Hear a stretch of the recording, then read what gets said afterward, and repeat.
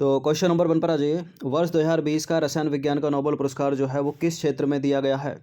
Lithium ion battery के निर्माण के लिए, सिलिकॉन और जर्मेनियम की खोज के लिए, क्लोरीन गैस के निर्माण के लिए, या फिर क्रिस्पर कैस9 आणविक कैंची विकसित करने के लिए? वर्ष 2020 का केमिस्ट्री का नोबेल, ये प्रश्न इस तरह से ही पूछा जा सकता है कि वर्ष 2020 में जितने भी नोबेल पुरस्कार दिए गए, किस क्षेत्र में नोबेल पुरस्कार ऐसा है जिसमें या जिसको प्राप्त करने वाली सारी की सारी महिलाएं हैं।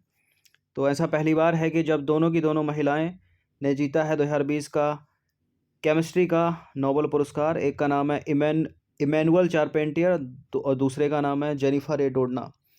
क्यों मिला इनको? क्रिस्पर कैस9 आणविक कैंची विकसित करने के लिए। ऑप्शन में कुछ और तरह से ही पूछा जा सकता है कि जीनोम एडिटिंग की तकनीक विकसित करने के लिए, for the development of a method for genome editing. तो इमैनुअल चारपेंटियर जो हैं वो फ्रांस की हैं और जेनिफर ए डोडना वो हैं संयुक्त राज्य अमेरिका की। ये भी याद रखिएगा, ठीक है। इनको जो है जीन तकनीकी के सबसे तेज उपकरणों में से एक क्रिस्पर कैस9 आणविक कैंची विकसित करने के लिए रसायन विज्ञान में वर्ष 2020 का नोबेल पुरस्कार दिया गया है। और यह पहली बार है कि नोबेल पुरस्कार किसी महिला टीम को मिला है। जेनिफर ए डोडना और इमैनुअल चारपेंटियर, एक फ्रांस की हैं, दूसरी अमेरिका की। क्वेश्चन नंबर 2 पर आ जाइए। निम्नलिखित कथनों पर विचार करेंगे। दो स्टेटमेंट हैं यहाँ पर, बताने के इनमें से कौन सा करेक्ट है। देखिए, क्रिस्पर कैस9 जेनेटिक सीजर्स का उपयोग जो है जानवरों, पौधों, सूक्ष्म जीवों के डीऑक्सीराइबोस न्यूक्लिक एसिड को अत्यधिक उच्च सटीकता के साथ बदलने के लिए किया जा सकता है। और दूसरा स्टेटमेंट है, क्रिस्पर तकनीक के माध्यम से संपूर्ण आनुवंशिक कोड में लक्षित हिस्सों यानी विशिष्ट हिस्सों या विशेष स्थान पर डीएनए की एडिटिंग की जा सकती है। बिल्कुल, ये दोनों के दोनों करेक्ट हैं और इसका आंसर है ऑप्शन नंबर सी।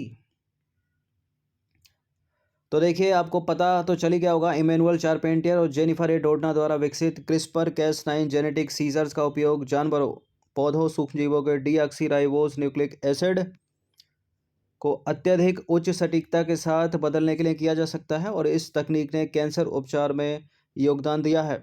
वैज्ञानिकों द्वारा क्रिस्पर कैस9 तकनीक की खोज जो है वर्ष 2012 में की गई थी और यह तकनीक प्रतिरक्षा प्रणाली यानी इम्यून सिस्टम का एक महत्वपूर्ण भाग है। देखिए, क्रिस्पर तकनीक के माध्यम से संपूर्ण आनुवंशिक कोड में से लक्षित हिस्सों यानी विशिष्ट हिस्सों या फिर विशेष स्थान पर डीएनए की एडिटिंग की जा सकती है।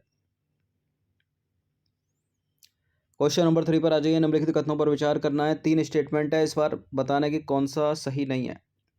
यहाँ पढ़ना जरूरी है कि पूछा क्या है, सही पूछा है, सही नहीं पूछा है। विश्व खाद्य कार्यक्रम संयुक्त राष्ट्र की खाद्य सहायता शाखा है। विश्व खाद्य कार्यक्रम की स्थापना हुई थी 1945 में और इसका मुख्यालय है स्विट्जरलैंड के जेनेवा में। बताइए कौन सा गलत है। गलत बताना है, गलत। गलत, तीनों तो गलत हो नहीं सकते क्योंकि पहला वाला करेक्ट है। विश्व खाद्य कार्यक्रम यानी वर्ल्ड फूड प्रोग्राम संयुक्त राष्ट्र की खाद्य सहायता शाखा है, करेक्ट है पहला स्टेटमेंट। विश्व खाद्य कार्यक्रम की स्थापना 1945 में नहीं होती, गलत है। इसके बाद हुई थी, मतलब 60 के ही बाद है। इसका मुख्यालय स्विट्जरलैंड के जेनेवा में नहीं है, इटली के रोम में है। तो अपने को गलत ढूंढना है, तो पहला वाला तो करेक्ट है, ठीक है, चूंकि पहला वाला से ही सारे एलिमिनेट हो जाएंगे। अगर आपको पता पहला गलत है, मतलब पहला सही है तो वो गलत नहीं हो सकता, तो 3 जाएंगे, केवल 2 और 3, इसका आंसर हो जाएगा बी। तो विश्व खाद्य कार्यक्रम संयुक्त राष्ट्र की खाद्य सहायता शाखा है। यह वैश्विक स्तर पर भूखमरी की समस्या से लड़ने और खाद्य सुरक्षा को बढ़ावा देने के लिए कार्य करने वाली सबसे बड़ी मानवीय संस्था है, तो करेक्ट हो गया पहला। और विश्व खाद्य कार्यक्रम की स्थापना हुई थी वर्ष 1961 में, तो दूसरा भी गलत। और इसका मुख्यालय है स्विट्जरलैंड, इसका मुख्यालय है इटली के रोम में, न कि स्विट्जरलैंड के जेनेवा में, तो तीसरा भी गलत है। देखिए, संयुक्त राष्ट्र के विश्व खाद्य कार्यक्रम को वर्ष 2020 के नोबेल शांति पुरस्कार से सम्मानित किया गया है, याद रखिएगा, ठीक है। नोबेल शांति पुरस्कार किसको मिला है? वर्ल्ड फूड प्रोग्राम को। क्वेश्चन नंबर 4 पर आ जाइए। वर्ष 2020 के लिए अमेरिकी अर्थशास्त्री पॉल मिलग्रॉम और रॉबर्ट विल्सन को निम्नलिखित में से किस क्षेत्र में कार्य करने के लिए अर्थशास्त्र का नोबेल पुरस्कार प्रदान किया गया? बताइए। फिलिप वक्र विकसित करने के लिए, लॉरेंज वक्र विकसित करने के लिए, या फिर वाणिज्यिक नीलामी के क्षेत्र में, या इनमें से कोई नहीं, किसी और के लिए? बताइए। देखिए 2020 का जो अमेरिकी अर्थशास्त्री, दोनों के दोनों अमेरिकी हैं, पॉल मिलग्राम और रॉबर्ट विल्सन, इनको मिला है वाणिज्यिक नीलामी के क्षेत्र में। और 2019 में आपको याद हो कि अभिजीत बनर्जी, एस्थर डुफ्लो और माइकल क्रीमर को मिला था, 3 थे वो, ठीक है, और इस बार मिला है 2 को। तो वर्ष 2020 के लिए अमेरिकी अर्थशास्त्री पॉल मिलग्राम और रॉबर्ट विल्सन को वाणिज्यिक नीलामी के क्षेत्र में कार्य करने के लिए अर्थशास्त्र का नोबेल पुरस्कार प्रदान किया गया है। और इस प्रतिष्ठित पुरस्कार की स्थापना जो है वर्ष 1969 में की गई थी। अब तक 51 बार, कितनी बार? 51 बार यह पुरस्कार प्रदान किया जा चुका है। तो यह है पॉल आर मिलग्राम और रॉबर्ट वी विल्सन।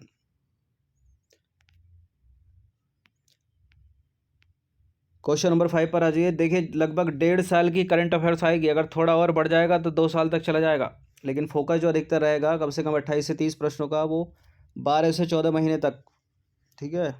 और नोबल अभी नया तो हुआ नहीं है, अब जब तक होगा 2021 वाला तब तक एग्जाम आ जाएगा, तो 20 का ही प्रश्न आएंगे।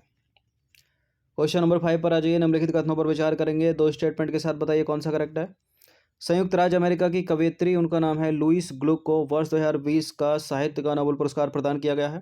और वर्ष 2020 के बाद साहित्य के क्षेत्र में पुरस्कार प्राप्त करने वाली ये पहली महिला हैं।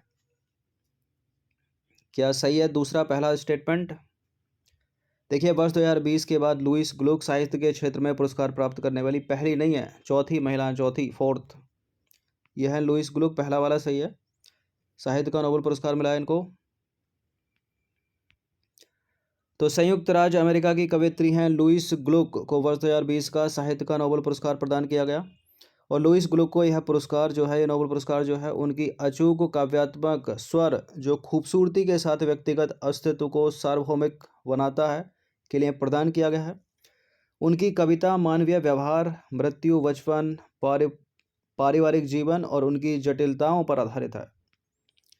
देखिए वर्ष 2010 के बाद साहित्य के क्षेत्र में पुरस्कार जीतने वाली लुइस ग्लुक चौथी महिला है, चौथी, पहली नहीं है। और वर्ष 1901 में नोबेल पुरस्कार की शुरुआत से अब तक इस सम्मान को प्राप्त करने वाली ये 16वीं महिला है, ठीक है। तो गलत है दूसरा। साहित्य के क्षेत्र में भारतीयों का कुछ योगदान की बात करें तो कवि और लेखक रविन्द्रनाथ टैगोर जी को वर्ष 1913 में साहित्य के क्षेत्र में नोबेल पुरस्कार मिला था। पहले गैर यूरोपीय और भारतीय थे वो।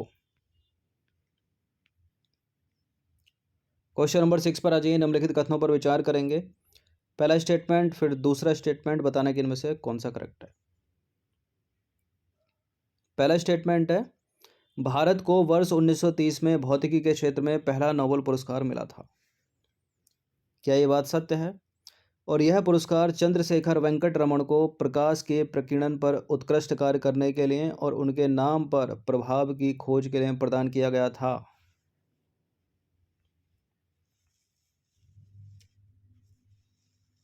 देखिए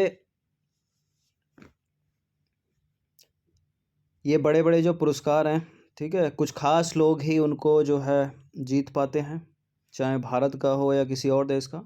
और भारत की तरफ से तो संख्या वैसे भी कम है, तो जब संख्या कम है तो खास हो गए, खास हो गए तो करंट बन गई हिस्ट्री, ठीक है।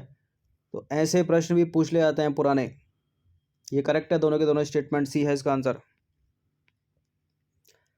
तो भारत को वर्ष 1930 में भौतिकी के क्षेत्र में पहला नोबेल पुरस्कार मिला जब वैज्ञानिक सर चंद्रशेखर वेंकट रमन को प्रकाश के प्रकीर्णन पर उत्कृष्ट कार्य के लिए और उनके नाम पर प्रभाव की खोज के लिए सम्मानित किया गया था। इस घटना को आप क्या बोलते हैं? रमन प्रभाव के नाम से जाना जाता है। क्वेश्चन नंबर 7 पर आ जाइए। ये बताइए जरा, डॉक्टर हरगोविंद खुराना को वर्ष 1968 में चिकित्सा के क्षेत्र में किस कार्य की व्याख्या करने के लिए नोबेल पुरस्कार प्रदान किया गया था? देखिए किसी भी तरह से प्रश्न पूछे जा सकते हैं एग्जामिनर, ऐसा नहीं है करंट से रिलेटेड। मान लीजिए नोबेल मिला 2020 में, अब भारत के इतिहास की तरफ ले गया नोबेल को, ठीक है, वहां से करेंगे प्रश्न। बताइए कृत्रिम लिम्फोसाइट विकसित करने के लिए मिला था क्या डॉक्टर हरगोविंद खुराना को? पोलियो टीके की खोज के लिए मिला था क्या? वायरस की खोज के लिए मिला था क्या? या प्रोटीन संश्लेषण के आनुवंशिक कोड और उसके कार्य की व्याख्या करने के लिए मिला था क्या? देखिए वायरस की खोज तो इवानोवस्की ने की है, तो गलत है। ठीक है, पोलियो का टीका तो जोनास साल्क ने बनाया था ना। कृत्रिम लिम्फोसाइट जैसी कोई चीज़ होती है क्या? गलत है, मतलब बी करेक्ट है केवल। तो डॉक्टर हरगोविंद खुराना को वर्ष 1968 में चिकित्सा के क्षेत्र में रॉबर्ट डब्ल्यू हॉली और मार्शल डब्ल्यू नीरेनबर्ग के साथ संयुक्त रूप से, ठीक है, ये 3 वैज्ञानिक थे उस समय, प्रोटीन संश्लेषण में आनुवंशिक कोड और इसके कार्य की व्याख्या करने के लिए नोबेल पुरस्कार से सम्मानित किया गया था। इन तीनों को याद रखिएगा। क्वेश्चन नंबर 8 पर आ जाइए। निम्नलिखित वैज्ञानिकों में से विषम को पहचानना है। Abhijit Banerjee, James Peebles, Esther Duflo, Michael creamer.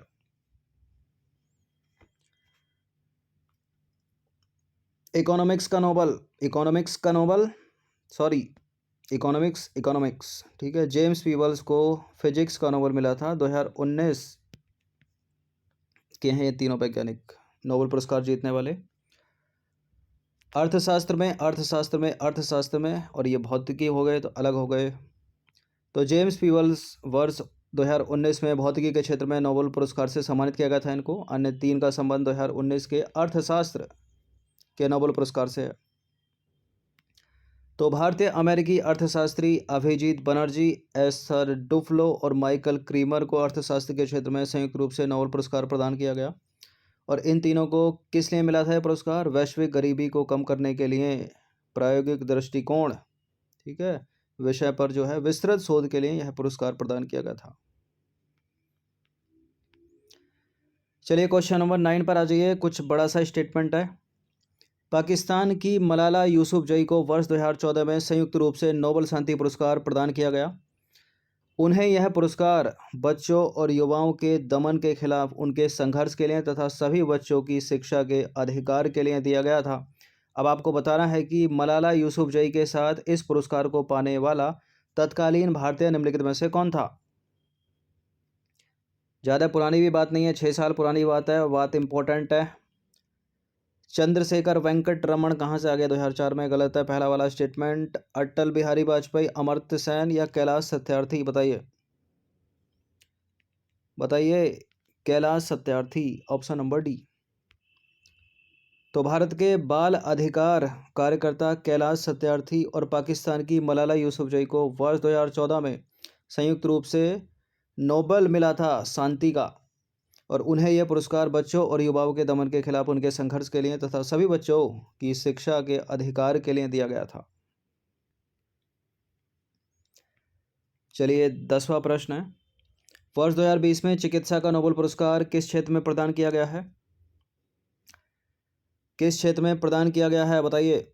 Genome editing को विकसित करने के लिए, ब्लड क्लॉटिंग की खोज के लिए, हेपेटाइटिस बी वायरस की खोज के लिए, हेपेटाइटिस सी वायरस की खोज के लिए। माइकल हाउटन, हर्वे जे अल्टर और चार्ल्स एम राइस को मिला है पुरस्कार। ये 3 वैज्ञानिक हैं। चिकित्सा या फिजियोलॉजी कुछ भी पूछा जा सकता है, मेडिसिन भी लिखा आ सकता है। इनको मिला है हेपेटाइटिस सी वायरस की खोज के लिए, ठीक है। ऑप्शन नंबर ए है इसका आंसर। हेपेटाइटिस कितने प्रकार के? 5 प्रकार के, याद रखना, कंफ्यूज मत हो जाइएगा, ठीक है। चिकित्सा में और केमिस्ट्री में, केमिस्ट्री का मिला है जीनोम एडिटिंग के लिए और चिकित्सा या मेडिसन या फिजियोलॉजी का मिला है हेपेटाइटिस सी वायरस की खोज के लिए। जीनोम एडिटिंग को डेवलप करने के लिए मिला है किसका? केमिस्ट्री का। अगर जीनोम एडिटिंग नहीं आएगा तो क्रिस्पर कैस 9 के, ठीक है, क्रिस्पर कैस 9 के साथ स्टेटमेंट आएगा। चलिए, तो अमेरिकी अर्थशास्त्री, शोधकर्ताओं और वायरोलॉजिस्ट हर्वे जे अल्टर, चार्ल्स एम राइस और माइकल ह्यूटन को हेपेटाइटिस सी वायरस की खोज के लिए पुरस्कार प्रदान किया गया है, जिसकी खोज इन्होंने की थी 1982 में लाखों डीएनए नमूनों की जांच करके। देखिए, हेपेटाइटिस सी वायरस की खोज से जीर्ण हेपेटाइटिस यानी क्रोनिक हेपेटाइटिस के शेष मामलों के कारणों का पता लगाना संभव हुआ है, जिससे रक्त परीक्षण तथा नई दवाओं का निर्माण हुआ है। थोड़ा और जाने हेपेटाइटिस के बारे में। तो हेपेटाइटिस जो है यकृत यानी लीवर में सूजन की स्थिति को संदर्भित करता है। आमतौर पर यह एक वायरल संक्रमण के कारण होता है, लेकिन हेपेटाइटिस के अन्य संभावित कारण भी हो सकते हैं, जैसे कि ऑटो इम्यून प्रतिक्रियाएं, चिकित्सा, औषधि, विषाक्त पदार्थ, और शराब आदि का सेवन करना। हेपेटाइटिस वायरस मुख्य रूप से कितने प्रकार का? 5 प्रकार का। Hepatitis A, B, C, D, E. ठीक है। विश्व स्वास्थ्य संगठन की बात करें तो विश्व स्वास्थ्य संगठन यानी वर्ल्ड हेल्थ ऑर्गेनाइजेशन द्वारा हर साल 28 जुलाई को विश्व हेपेटाइटिस दिवस के रूप में मनाया जाता है और इस दिन को हेपेटाइटिस रोग के बारे में जागरूकता बढ़ाने के लिए मनाया जाता है। हेपेटाइटिस सी का कारण है हेपेटाइटिस सी वायरस। ठीक है, जिसको डिस्कवर किया है 3 वैज्ञानिकों ने, हर्वे जे ऑल्टर, चार्ल्स एम राइस और माइकल ह्यूटन।